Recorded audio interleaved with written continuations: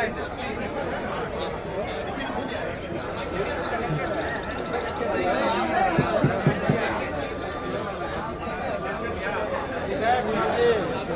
बिलाल सब ठीक है। एक सेकंड। हाँ ठीक है आ रहा है, ठीक है आ रहा है। हाँ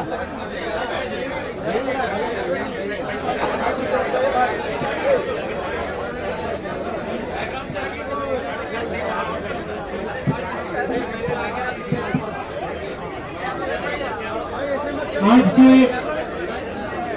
संवाददाता सम्मेलन में आप सभी लोगों का स्वागत है। आप सब लोग समय दिए, इसके लिए आपको हमारे पार्टी की ओर से बहुत बहुत हम लोग आभार व्यक्त करते हैं।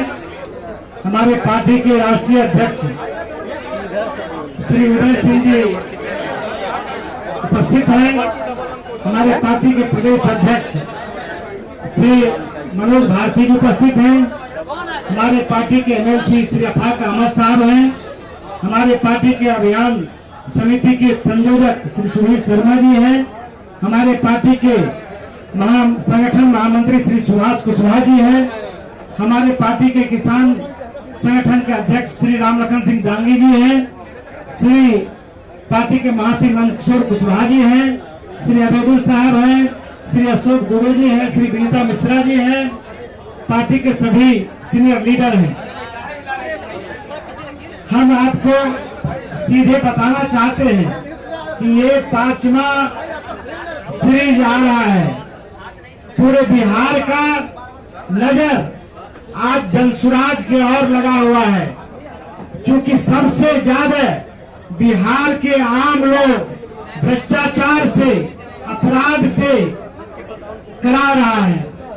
अभी आपने देखा कि प्रशांत जी का इसके पहले जो 4 मंत्री पर और दूसरे लोगों पर खुलासा हुआ था, उसका फिर सबूत आपको दिया गया था, पेपर दिया गया था और नोटिस भी उसका जिस तरह से 100 करोड़ रुपया का नोटिस किया था, तो हम लोगों ने जवाब दिया है। आज आप देखे होंगे आप कहता है कि भाई अब हम कानून में नहीं जाएंगे। इसका मतलब आप समझ सकते हैं। आज जो आपको जानकारी दी जा रही है वो बहुत महत्वपूर्ण है। आने वाले जो 50 दिन के बाद चुनाव होगा बिहार का, उसके लिए बहुत निर्णायक है। बिहार की जनता को अब तय कर लेना है।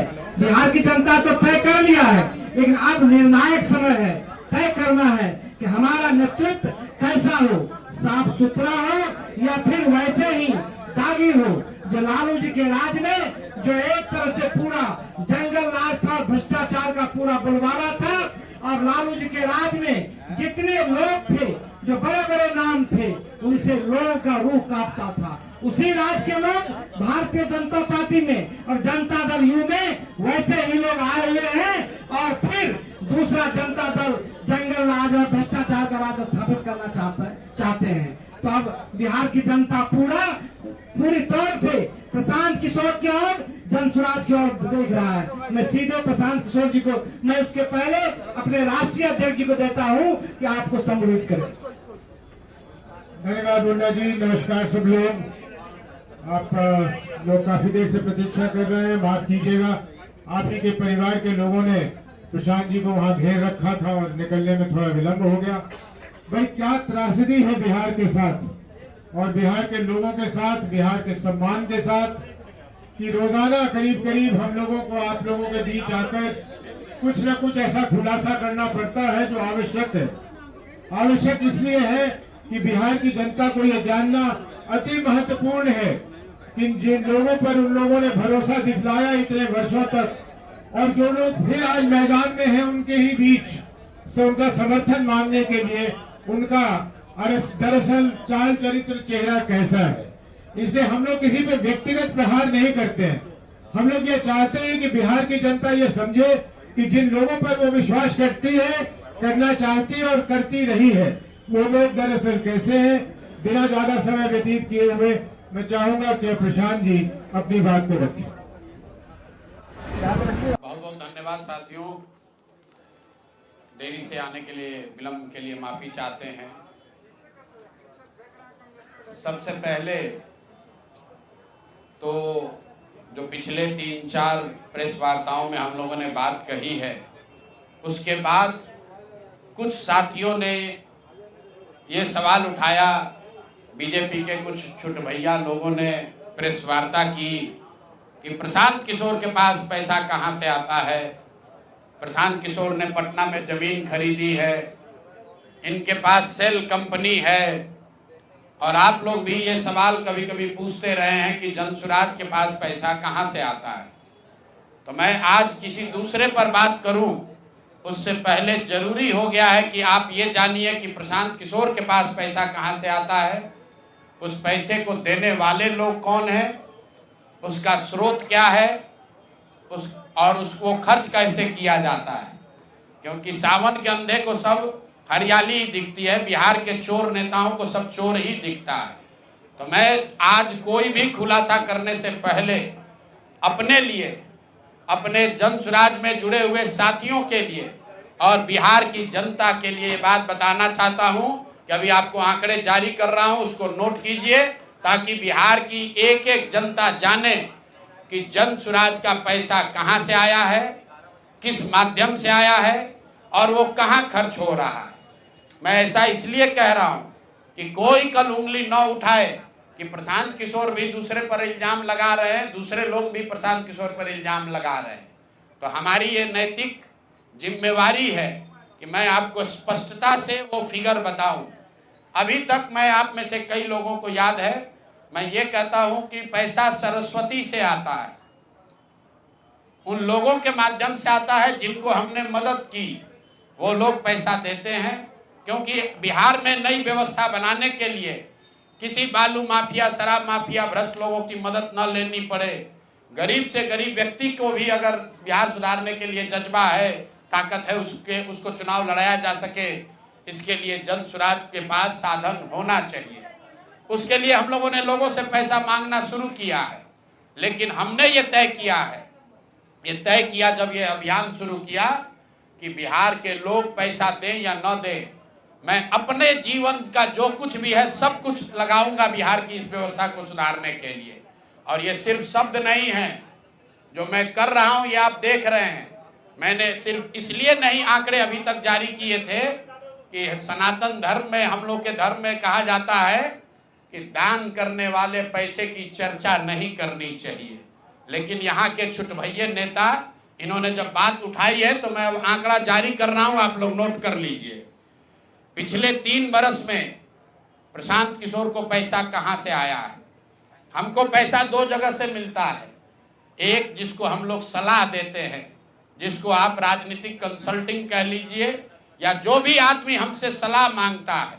हमने जीवन में कभी किसी से फीस नहीं लिया, लेकिन जब बिहार का अभियान शुरू किए तो ये तय किया कि अब हम फीस लेंगे क्योंकि हमको समाज के लिए पैसा चाहिए। तो 2021-22 से जिसने भी प्रशांत किशोर से मदद ली है, जिसने भी हमसे सलाह लिया है, वो चाहे कंपनी हो या पॉलिटिकल पार्टी, पहली बार अपने जीवन में मैंने ये भी किया है कि अगर कंपनी को भी, किसी बड़े बिजनेस हाउस को भी मेरे से सलाह चाहिए, उसका मैं फीस लेता हूँ। और टोटल जो फीस लिया गया पिछले 3 बरस में मेरे व्यक्तिगत अकाउंट में या मेरे से जुड़े हुए संस्थाओं में 241 करोड़। बिहार के लोग सुन लो, कर तुम चोरी करते हो, प्रशांत किशोर ने 241 करोड़ रुपया फीस के तौर पर मैंने पिछले 3 साल में जमा किया है। इस पर 30 करोड़ 95 लाख 68,764 रुपया जीएसटी पे किया गया है।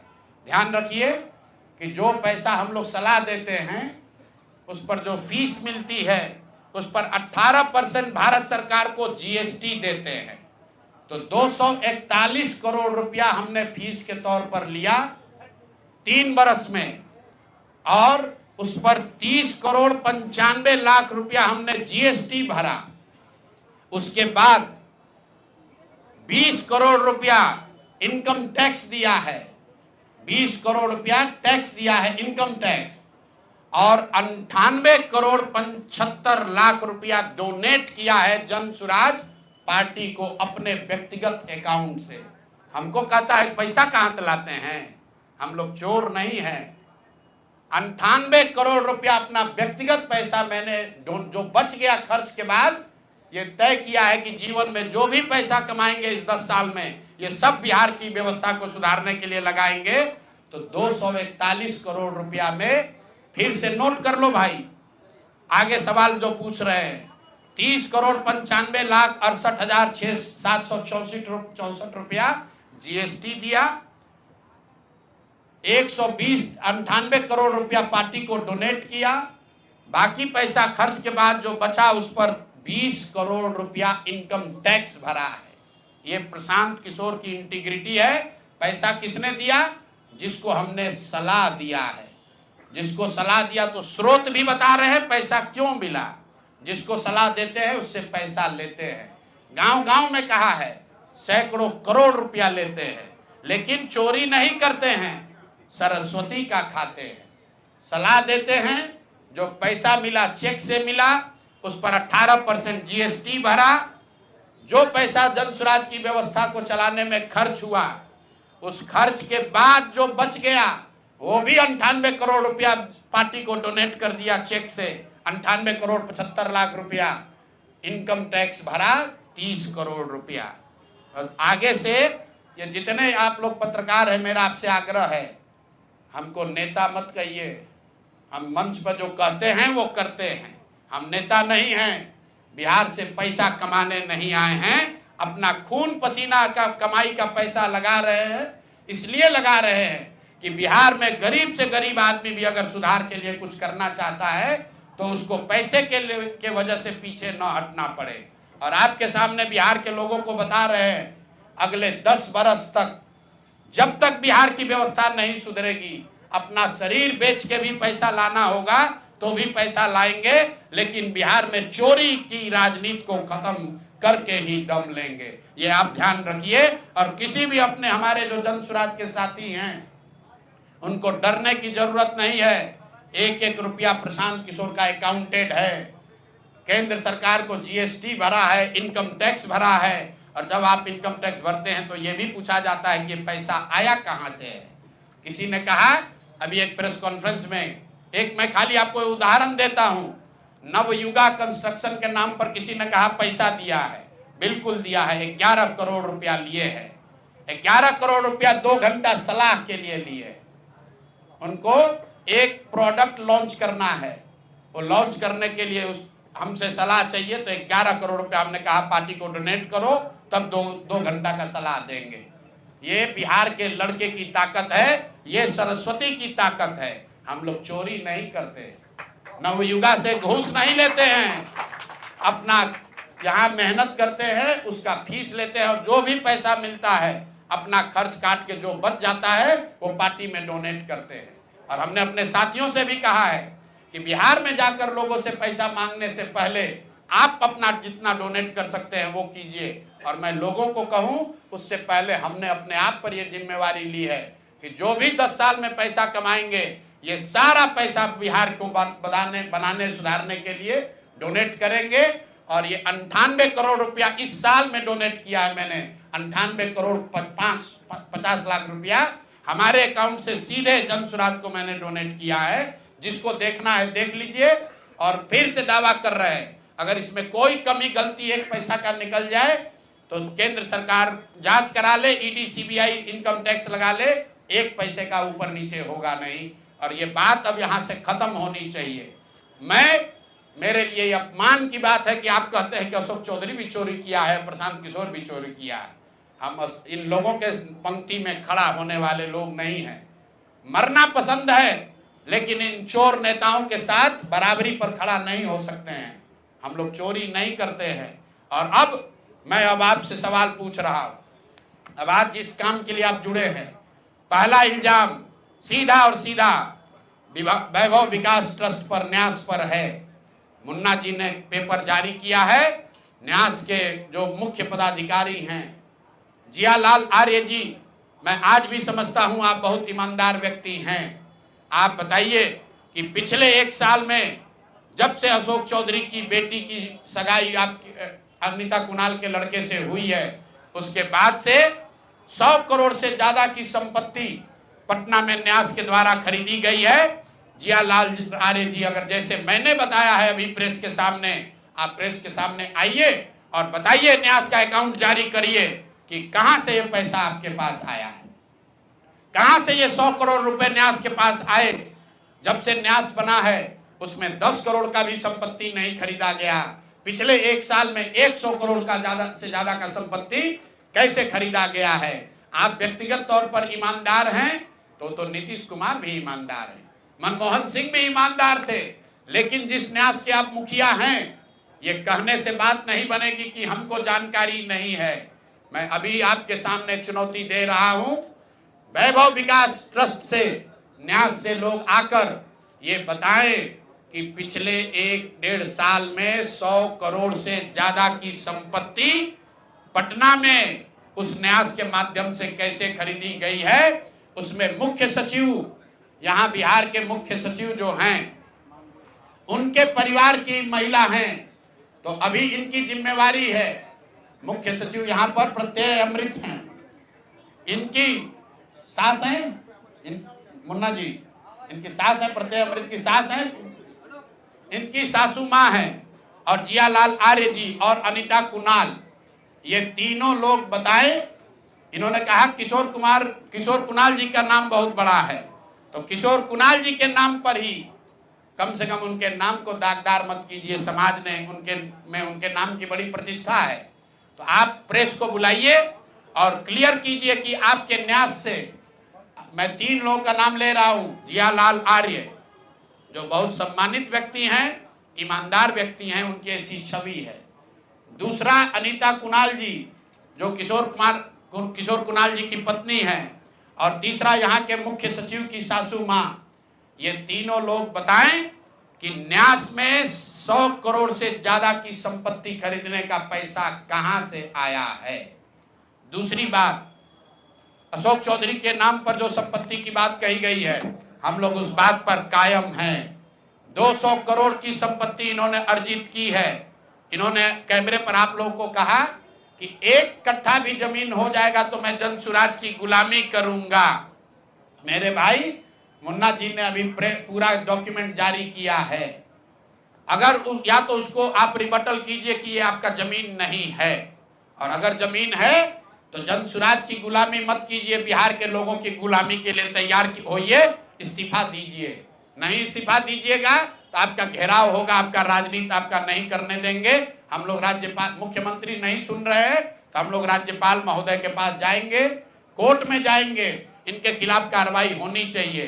और 100 करोड़ का मानहानि का नोटिस भेजे थे, आज डर के मारे शायद कहे हैं कि अब आगे ये हम कानूनी कार्रवाई नहीं करेंगे, तो 5 दिन के अंदर अंदर आधिकारिक तौर पर लीगल नोटिस वापस लें, और नहीं लेंगे तो इन पर 500 करोड़ का और घोषणा करेंगे। नोट कर लो भाई, 200 करोड़ पर घबराए हुए हैं ना, ये 500 करोड़ का और अवैध संपत्ति जो खरीदा है अशोक चौधरी ने अलग अलग नाम से, 7 दिन का समय दे रहे हैं। 7 दिन के अंदर अंदर अगर अब इस बात के लिए माफी नहीं मांगे कि प्रशांत किशोर पर झूठा मानहानि का मुकदमा करने का केस तो नहीं किया है, नोटिस भेजे हैं, तो अगर 7 दिन के अंदर अंदर लीगली कैमरे के सामने आकर ये नोटिस वापस नहीं लिए तो इन पर 500 करोड़ का और जो अवैध संपत्ति ये कब्जा किए हैं, खरीदे हैं, उसकी सारी सूची आपके सामने जारी करेंगे। एकदम इनको चुनौती दे रहे हैं भाई। 200 पर दिए हैं, 200 किए थे, 500 करोड़ का इनका पेपर तैयार है। पिछले 8 महीनों में इन्होंने 20,000 करोड़ से ज्यादा का कॉन्ट्रैक्ट दिया है। 20,000 से ज्यादा का कॉन्ट्रैक्ट भाई साहब ने दिया है, और हर कॉन्ट्रैक्ट में 5% पैसा कमीशन के तौर पर लिया गया है।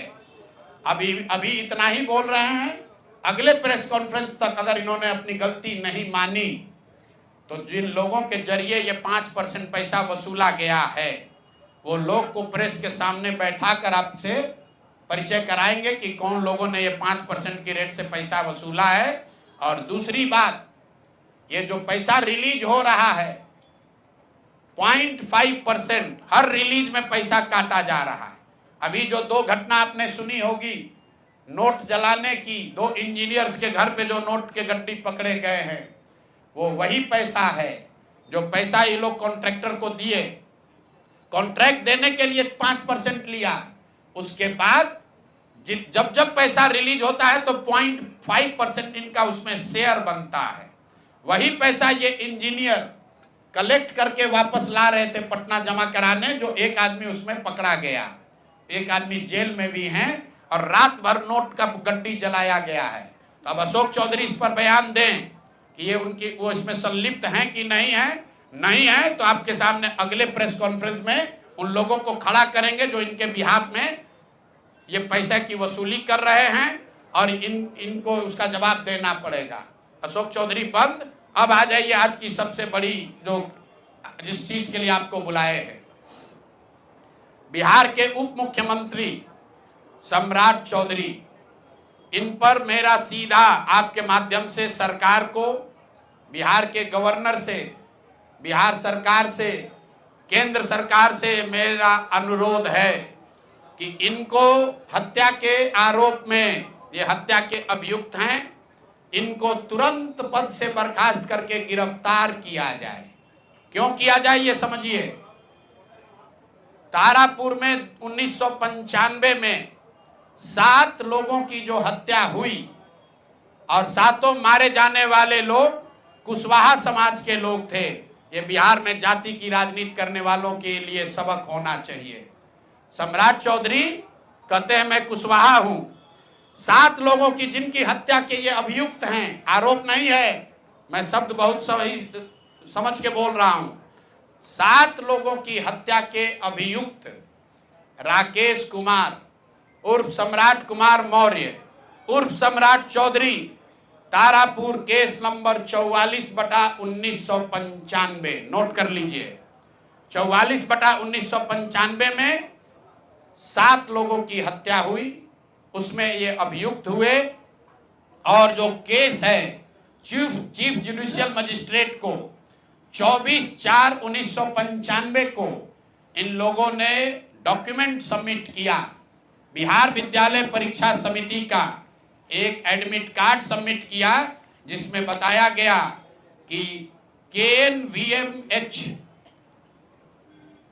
सम्राट, ये स्कूल का नाम है, कुमार सर एक स्कूल का नाम है जहां से ये एडमिट कार्ड इशू हुआ है। सम्राट चंद्र मौर्य, पिता का नाम Shakuni Chaudhary, date of birth 1/5/81, result fail, number आया 268, कैटेगरी प्राइवेट। ये सुप्रीम कोर्ट का डॉक्यूमेंट है जो सम्राट चौधरी ने जमा किया है, जिसमें ये बताया है कि इनका डेट ऑफ बर्थ 81 है, उसके हिसाब से 95 में चीफ जुडिशियल मजिस्ट्रेट ने नाबालिग होने के नाम पर इनको वहां से राहत दी। इनको जेल से निकाला गया क्योंकि ये 15 साल के थे और कानूनन 18 साल से कम उम्र के बच्चे को अभियुक्त के तौर पर जेल पर नहीं रखा जा सकता था। अब ये बात तो पब्लिक की जानकारी में है। अब मैं क्यों कह रहा हूं कि इनको आज अरेस्ट करना चाहिए, क्योंकि 2020 का जो सम्राट चौधरी ने अपना इलेक्शन एफिडेविट दिया है, इसमें अपना उम्र इन्होंने बताया है 51 साल। ये सम्राट चौधरी का इलेक्शन एफिडेविट है। इन्होंने अपना उम्र बताया 2020 में 51 साल। इसका मतलब है कि 2020 - 26, तो 1995 में इनका उम्र था 25 साल, 26 साल। तो 26 साल के उम्र के आदमी को कोर्ट ने गलती से गलत सर्टिफिकेट के आधार पर नाबालिग होने के नाम पर अभियुक्त होने के बावजूद, ध्यान दीजिए, अभियुक्त होने के बावजूद इनको जेल से बरी कर दिया गया था कि ये 15 साल के हैं, जबकि इनका अपना डॉक्यूमेंट बता रहा है कि ये उस समय 26 साल के थे। तो 26 साल के उम्र के आदमी पर अगर 6 लोगों की हत्या का आरोप है तो जब तक कोर्ट से वो फ्री नहीं होते हैं तब तक उनको जेल में होना चाहिए। और ये आदमी यहाँ का उप मुख्यमंत्री बनकर बैठा हुआ है। तो मैं यहाँ के मुख्यमंत्री से और बिहार के माननीय राज्यपाल से ये अनुरोध कर रहा हूँ कि हत्या का आरोपी, हत्या का अभियुक्त सम्राट चौधरी, राकेश कुमार उर्फ सम्राट चौधरी उर्फ सम्राट कुमार मौर्य आज संवैधानिक पद पर बैठे हुए हैं। ये देश के संविधान का, देश के विधि विधान का इससे बड़ा अपमान नहीं हो सकता है कि जिस व्यक्ति को जेल में होना चाहिए वो आदमी यहाँ का उप मुख्यमंत्री बना हुआ है। तो मुख्यमंत्री नीतीश कुमार सीधे इस पर कार्रवाई करें, नहीं करेंगे तो कल परसों में हम लोग राज्यपाल के पास डेलीगेशन लेकर जाएंगे, सिर्फ बर्खास्तगी के लिए नहीं, सम्राट चौधरी के गिरफ्तारी के लिए। पूरा समझिए, मैं कैमरे पर कह रहा हूं, सम्राट चौधरी हत्या के अभियुक्त है, जेल से फर्जी डॉक्यूमेंट निकाल कर बाहर निकले हैं। या तो इनको बर्खास्त करके गिरफ्तार कीजिए और नहीं तो देश में जितने लोग हत्या किए हैं उनको भी जेल से छोड़ दीजिए। ये हालात है, ये डॉक्यूमेंट है आपके सामने। ये सम्राट चौधरी का इलेक्शन एफिडेविट है जिसमें 2020 में उन्होंने अपने आप को 51 साल का बताया है। उसके मुताबिक 1995 में वो 26 साल के थे और कोर्ट में इस आधार पर इनको बरी किया गया है कि ये 15 साल के बालक हैं। तो ये बता दें कि ये हत्या के आरोपी हैं। इन्होंने जो सर्टिफिकेट दिया है वो ठीक है कि नहीं है। बाकी ये भाई साहब जो घोटाला किए हैं अपने डिग्री उग्री में तो बहुत छोटी बात है। आज की प्रेस कॉन्फ्रेंस सीधी हम लोग मांग कर रहे हैं, सम्राट चौधरी को हत्या के अभियुक्त है, 6 हत्या के अभियुक्त हैं, उनको गिरफ्तार कीजिए और नहीं तो बिहार में जितने लोग पर अभियुक्त जिनको बनाया गया उनको सबको छोड़िए। इस देश में अलग अलग कानून नहीं हो सकता है। और ये गृह मंत्री के साथ घूम रहे हैं। मोदी जी को हम लोग कल पत्र लिखेंगे कि आपके पार्टी का नेता, जितने लोग भाजपा के समर्थक हैं, भाजपा के जितने लोग नेता हैं, कार्यकर्ता हैं, वोटर हैं, आपके जरिए से सबको बता रहा हूं, मेरे भाई एक बार अपने दिल पर हाथ रखकर सोचो, जिस व्यक्ति पर 6 लोगों की हत्या का आरोप है, जो व्यक्ति 6 लोगों की हत्या का अभियुक्त है, उसको तुम अपना नेता बनाकर बिहार का उप मुख्यमंत्री बनाए हो और तुम अपराध की बात करते हो, तुम जंगल राज की बात करते हो। तो सम्राट चौधरी को अभी के अभी पद से इस्तीफा देकर पुलिस को अरेस्ट करना चाहिए और अगर पुलिस अरेस्ट नहीं करती है तो हम लोग कोर्ट में मूव करेंगे, कोर्ट के संज्ञान में बात को लाएंगे कि साहब ये बताइए कि कैसे आपने इनको बेल दिया है, कैसे इनको आप समाज में बाहर रहने की अनुमति दे रहे हैं। और सम्राट चौधरी की अंतिम बात, इनके अपराध की गाथा की, सिर्फ हत्या के अभियुक्त नहीं है।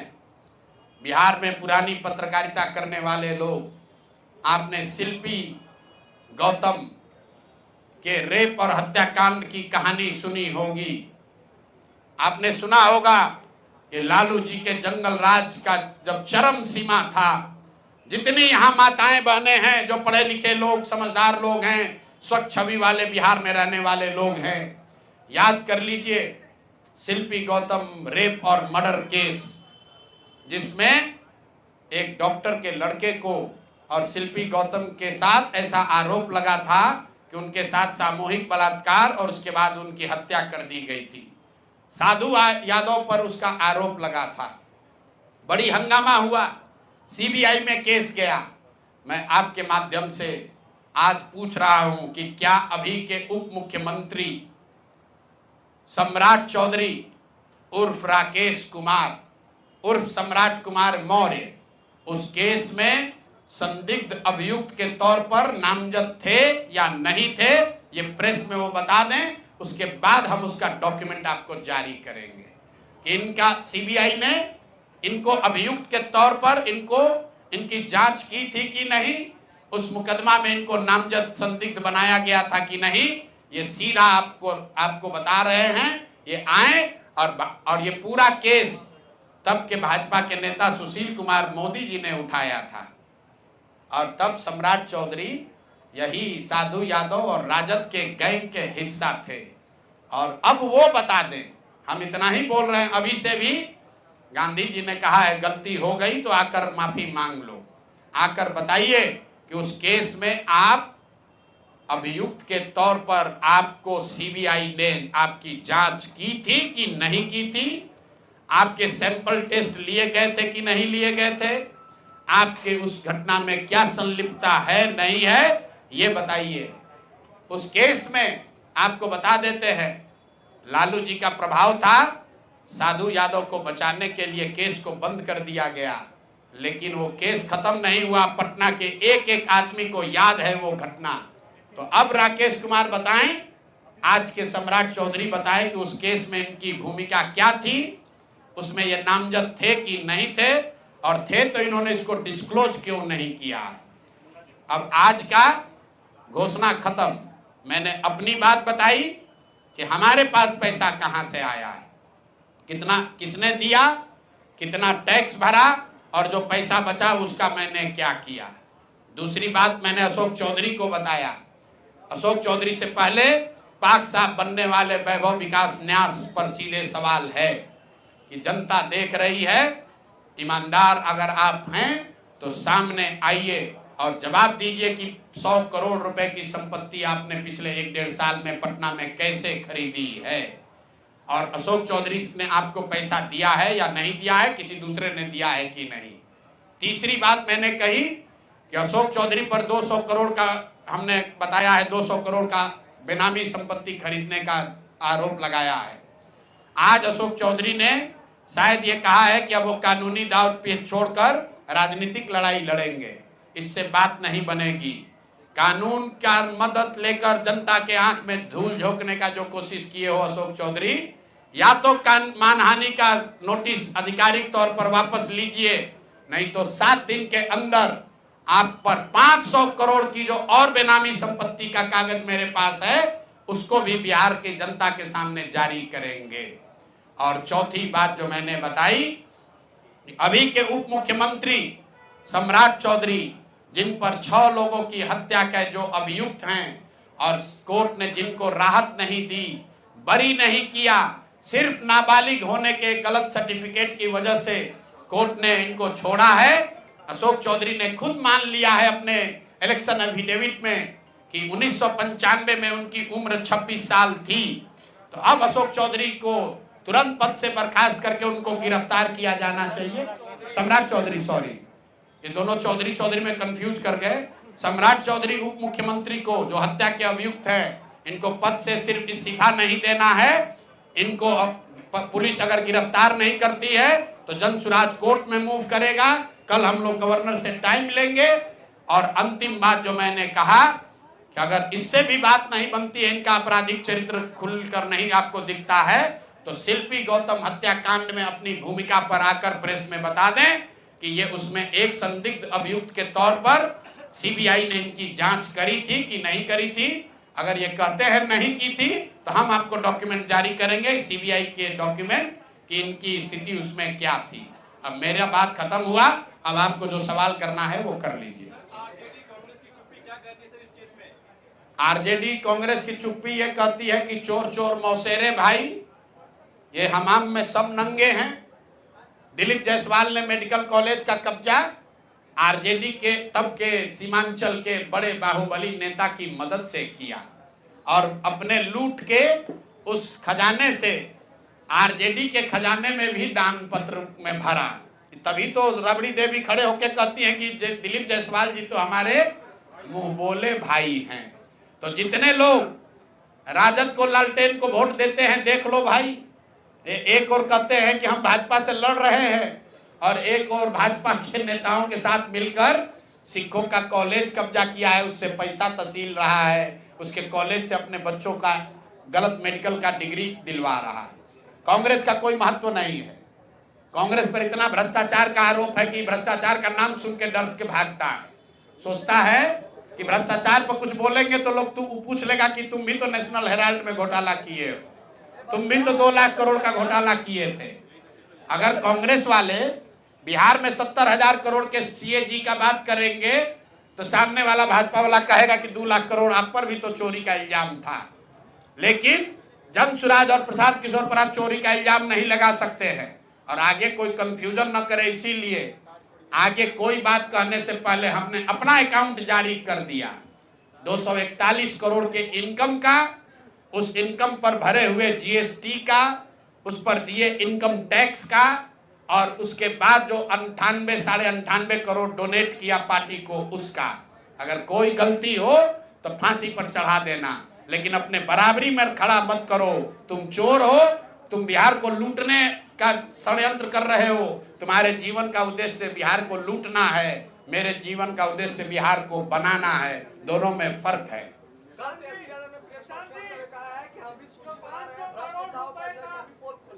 तेजस्वी यादव अगर सूची बनाएंगे तो सबसे पहले तो अपने दोनों मामा का नाम लिखना पड़ेगा, साधु यादव, सुभाष यादव।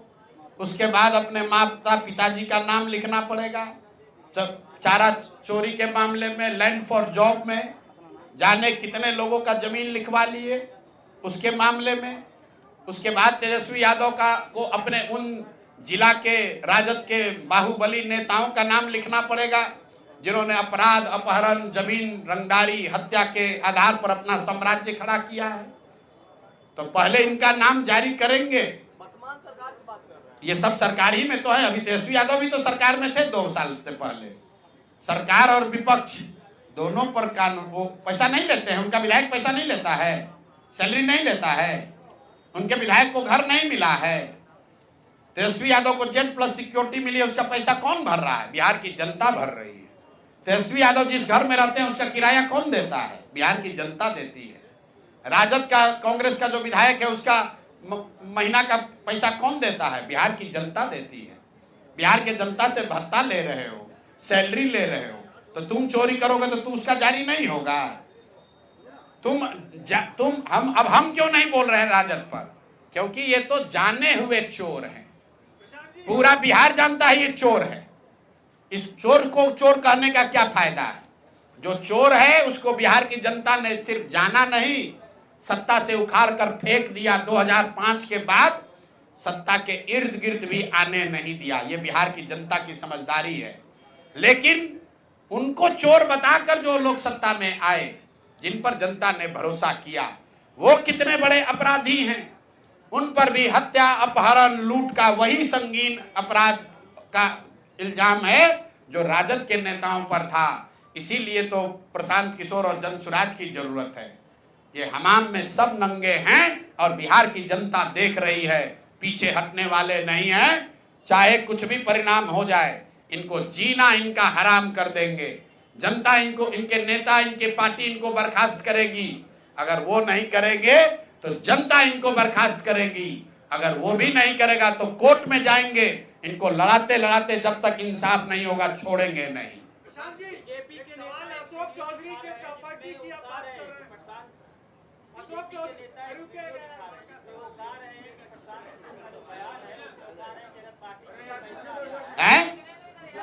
जो पैसा आता है उसके लिए ना तो हम मॉल खरीदेंगे ना तो जमीन खरीदेंगे, लेकिन बीपीएससी अभ्यर्थी जिस समय प्रोटेस्ट कर रहे थे उस समय प्रशांत किशोर, तो भैया तुमको बताए, अभी सुने नहीं यार, प्रशांत किशोर की इनकम 241 करोड़ है डिक्लेयर्ड इनकम, जिस पर टैक्स भरते हैं 3 साल में। कितना? 241 करोड़। इतना पैसा हमारी अपनी आमदनी है, जिस पर जीएसटी भरा, जिस पर इनकम टैक्स भरा, और खर्च के बाद जो पैसा बच गया उसको बिहार के समाज के लिए दान में दे दिया। 98 करोड़ 50 लाख रुपया जाकर देख। और ये हम नहीं कह रहे हैं, भारत सरकार के इनकम टैक्स में ये फाइल है, जाकर चेक कर लीजिएगा और आपको भी दे देंगे, आप भी देख लीजिएगा। 500 करोड़ रुपए की प्रॉपर्टी का जो उसके तार कहीं इंदौर और उज्जैन से तो नहीं जुड़े हैं, सिर्फ इतना ही बता। मेरे भाई ये देखिए, मैंने आपको कहा दिलीप जायसवाल पर हम लोग कोई इन्वेस्टिगेटिंग एजेंसी नहीं है। अगर हर मंत्री के सारे भ्रष्टाचार के पैसे और संपत्ति का हम घोषणा करने लगे तो 2-4 दिन ये प्रेस चलता रहेगा। हमने दिलीप जायसवाल को बताया कि आदमी अपराधी है, भ्रष्टाचारी है। उसके बाद वो आदमी सरेंडर कर गया, मूर्छित हो गया। बिहार की जनता ने मान लिया भाई ये गलती मान रहा है, तो उसको हमने छोड़ दिया। छोड़ा सिर्फ नवंबर तक है। कल जब व्यवस्था बनेगी तो उन पर ट्रायल चलेगा, कॉलेज वापस लिया जाएगा और उन्होंने जो गलती की है उस पर सजा होगी। सुनिए एक मिनट। अब अशोक चौधरी पर कहा गया 200 करोड़ की बेनामी संपत्ति का। अशोक चौधरी का 200 करोड़ रुपया थोड़ी ना है, वो तो सैकड़ों करोड़ रुपया और कमाए हैं। 200 करोड़ पे 50 करोड़ की पेपर हम लोगों ने जारी कर दिया। अब बोल रहे हैं कि अभी से भी बिहार की जनता से माफी मांग लो। पूरा ये जो कानूनी दाव पेच का ढोंग रचे हो वापस, अभी आज कैमरे पर बोले हैं ना, लिखित में 7 दिन के अंदर अगर मानहानि का दावा, क्योंकि मानहानि के दावा से नहीं डर रहे हैं, ये जनता को भ्रमित करने के लिए कह रहे हैं कि हम मानहानि का दावा किए हैं। अगर आधिकारिक तौर पर ये मानहानि का दावा वापस नहीं लेकर चुप नहीं होते हैं, अगर ये माफी नहीं मांगते हैं, तो इन पर अगला किस्त 500 करोड़ की संपत्ति का जारी करेंगे। और फिर भी ये भी बता रहे हैं वो 500 भी पूरा नहीं होगा, क्योंकि हमारे पास कोई इन्वेस्टिगेटिंग एजेंसी थोड़े ना है कि हम बता दें कितना पैसा लिया। जितना आया है उतना जारी कर रहे हैं। इसका मतलब हम 200 कर रहे हैं, इसका मतलब ये मत समझिए कि अशोक चौधरी 200 करोड़ का घोटाला किए है। अरे घोटाला तो बहुत 100 करोड़ का किया है।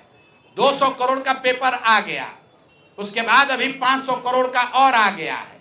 अब अगर दम है तो फिर से मानहानि का दावा कर लो।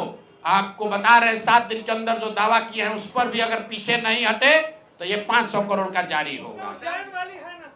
अब ये कौन होगा जब जारी करेंगे, देखिएगा कि उज्जैन है कि इंदौर है कि सुनिए, अब सुनना चाहते हैं तो मुक्तेश्वर है कि पटना है, वो सुन रहे होंगे, उनको दिख रहा होगा कि हम कहां से बोल रहे हैं। रांची है कि दिल्ली है कि मुक्तेश्वर धाम है कि पटना बाईपास है, वो सारी जमीन का कागज जारी कर देंगे। आज किसको बोले हैं कि हम कानूनी चीज से बंद कर रहे हैं? किसको बोले हैं? किसी को बोले हैं कि नहीं बोले हैं? ANI को बोले हैं। आप जिन नेताओं का नाम ले रहे हैं, सम्राट चौधरी या दिलीप जायसवाल, उन सब नेताओं को बीजेपी विधानसभा चुनाव लड़ाने की तैयारी कर रही है। लड़ाई तो दिख जाएगा कि बीजेपी का यही चरित्र है। और जनता अगर उनको चुनकर ला देगी तो जनता इस बात के लिए तैयार रहे कि अगर आप समाज में हत्यारों को, लुटेरों को वोट देकर जिताओगे तो आप अपने दुर्दशा के लिए खुद ही जिम्मेवार होगे। हमारा काम है आपको बताना, आपको सीखना है, सीखो। आप ये भी कह सकते हैं कि कल सम्राट चौधरी जीत कर आ जाएंगे, क्या होगा? पहली बात तो ये चुनाव लड़ेंगे नहीं, इनकी हिम्मत नहीं है। अशोक चौधरी चुनाव लड़े हैं, सम्राट चौधरी चुनाव लड़े हैं। भाई ये चुनाव लड़ने वाले लोग नहीं हैं, ये सब नॉमिनेशन से आते हैं। भाजपा में, जदयू में जो लोग को चुनाव लड़ना है वो थर थर कांप रहा है, वो कह रहा है भैया जल्दी सबको हटाओ, नहीं तो ये तो मरेगा ही, हम लोग को भी मार देगा। बिहार की जनता मालिक है। एक मिनट रुकिए, बिहार की एक मिनट पूरा कर लें। अरे रुकिए एक मिनट। बिहार की जनता मालिक है, जिसको कोई बर्खास्त नहीं करेगा उसको बिहार की जनता बर्खास्त करेगी, मेरा ये विश्वास है। अगर नहीं किए तो फिर यही लोग आप पर राज करेंगे, आपके बच्चों पर राज करेंगे। ये ना जाति देखेंगे ना धर्म देखेंगे, इनका एक ही जात है, एक ही धर्म है, एक ही ईमान है, वो है पैसा, लूट, अपराध। और नीतीश कुमार कहते हैं हम 3C से समझौता नहीं करेंगे। तो आपका उप मुख्यमंत्री क्राइम का बादशाह है, हत्या का अभियुक्त है। आपका सहायता मंत्री अशोक चौधरी करप्शन का सिरमौर है, सरगना है। और भाजपा के साथ तो आप हैं ही, तो आपका तीनों C में कोई C नहीं बचा। नीतीश जी अभी से भी जगिए, इन लोगों को बर्खास्त कीजिए, नहीं तो आने वाला इतिहास कभी आपको माफ नहीं करेगा। उतरे हुए हैं भाई, जन सुराज उतरा हुआ है। अब कैसे सड़क पर उतरा जाता है? 3 बरस से अपना घर परिवार सुख सुविधा छोड़कर सड़क पर ही रहते हैं, सड़क पर ही चलते हैं, सड़क पर ही जीवन बिता रहे हैं। ठीक ऐसा है। देखिए सुनिए, हमने शब्द का प्रयोग किया है चोरी चकारी, स्लिप ऑफ टंग। अरे सुन तो लो भाई। अब जब हम अशोक चौधरी नहीं है, कि आप हिंदी में सवाल पूछिएगा, हम अंग्रेजी में जवाब देंगे। गलती हो आपने तो नहीं कहा था आज कि आप अपना अकाउंट दीजिए, हम आकर खुद दे रहे हैं। शब्द है चोरी चकारी, गलती से स्लिप ऑफ टंग से चोरी चमारी निकल गया, उसके लिए गलती हो गई, बात खत्म हो गई। हमारा कोई इंटेंट नहीं है। अरे फिर वही बात यार, केस से हमको डराओगे आप, केस से हमको आप डराइएगा। अभी एगो मंत्री किए थे ना केस, डर के मारे आज क्या कह रहे हैं भैया, केस मुकदमा बंद कर रहे हैं।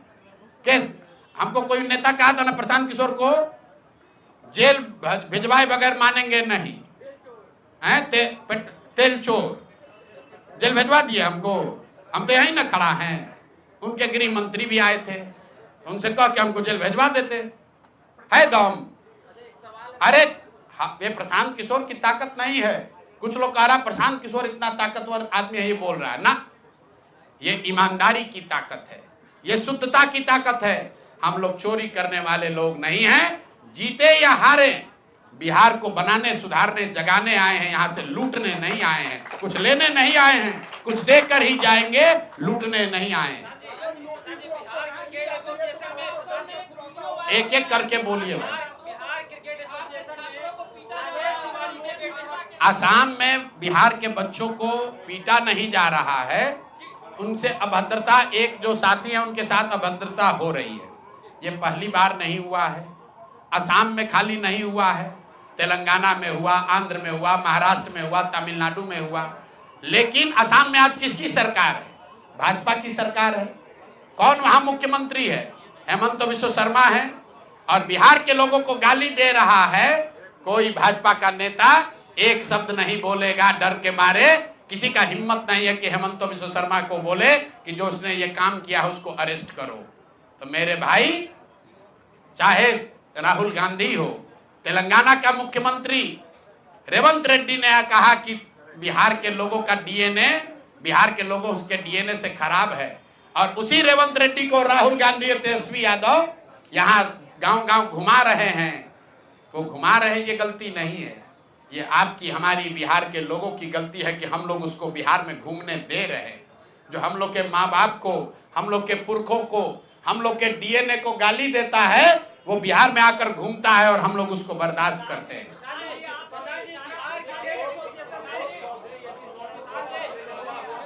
भैया ऐसा है, अशोक चौधरी का मामला हुआ खत्म, ठीक है, उनको 7 दिन का टाइम दिए हैं। अगर कानूनी नोटिस वापस नहीं लिए तब तक उनकी बात, उनको छोड़ा नहीं जाएगा। 500 करोड़ का उन पर जो और बेनामी संपत्ति है वो उसका सूची जारी होगा। अभी आज के प्रेस कॉन्फ्रेंस का 2 ही मुद्दा है। जो वैभव विकास ट्रस्ट के लोग हैं, जियालाल आर्या जी हैं, उनको आकर प्रेस में बताना है कि उनके ट्रस्ट में 100 करोड़ की से ज्यादा की संपत्ति कैसे खरीदी गई है। दूसरा बात सम्राट चौधरी पर है कि आप हत्या के अभियुक्त हैं। आपने एक फर्जी सर्टिफिकेट लगाकर जेल से बाहर आप आए थे। आपने अपने एफिडेविट में मान लिया कि 1995 में जब आप हत्या के अभियुक्त बने तो आप 26 साल के थे। तो जब तक कोर्ट ने से आपको बरी नहीं किया जाता है तब तक आप उप मुख्यमंत्री के पद पर नहीं, आपको जेल में रहना है, ये बताना है। और अंतिम बात ये कहा गया है कि शिल्पी गौतम रेप और हत्याकांड में सम्राट चौधरी अपनी भूमिका के बारे में स्पष्टता से बताएं कि उसमें उनकी कोई भूमिका अभियुक्त या संदिग्ध के तौर पर है, थी या नहीं है।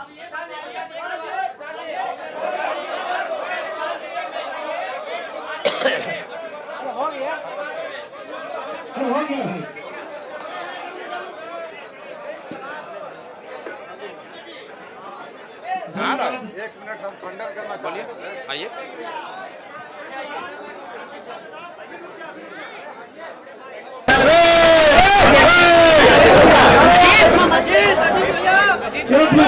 राम बलू चंद्रवंशी जी हैं, भैया नीचे बैठो। भाई मेरे, 1 मिनट। जनसुराज के नेता आदरणीय प्रशांत किशोर जी पर अगर हम लोग के माध्यम से कोई आरोप लगता है तो हम लोग चाहते हैं कि बिना आपसे पूछे पूरे सवालों का जवाब दे। आज हमने 10-11 बजे देखा लाइव सिटी के एक पोस्ट में कि हम और मुन्ना जी को भी उसमें घसीटा गया। किस केस का? ये दुराचारी है। लेकिन मैं बता दूं, अभी हमको आने में थोड़ा विलम्ब इसीलिए हुआ कि मैं पटना न्यायालय में गया था, तो वो कागज लेने कि जिस केस में एक युवक के द्वारा केस कराया गया था सचिवालय थाना में, उसका FIR भी बता देता हूँ 18/2022। उसमें 24 घंटा भी नहीं हुआ और पुलिस ने जो आरोप लगाया था उसको 164 में बयान दिलाया मजिस्ट्रेट के सामने और पुलिस के सामने। उसने साफ इनकार किया। उसमें 1 घंटे का भी अगर मुझे जेल लेना पड़ा हो या जेल जाना पड़ा हो और केस भी खत्म हो गया, उस बात को लेकर के आज आप आरोप लगाते हैं और हमारे नेता से जोड़ते हैं कि जनसुराज में भी ऐसे ऐसे लोग हैं। इसलिए आप लोग तहकीकात कर लीजिएगा और कहिएगा तो मैं पेपर भी दे दूंगा, या सभी लोग अधिकांश लोग गिनते हैं इसी तरह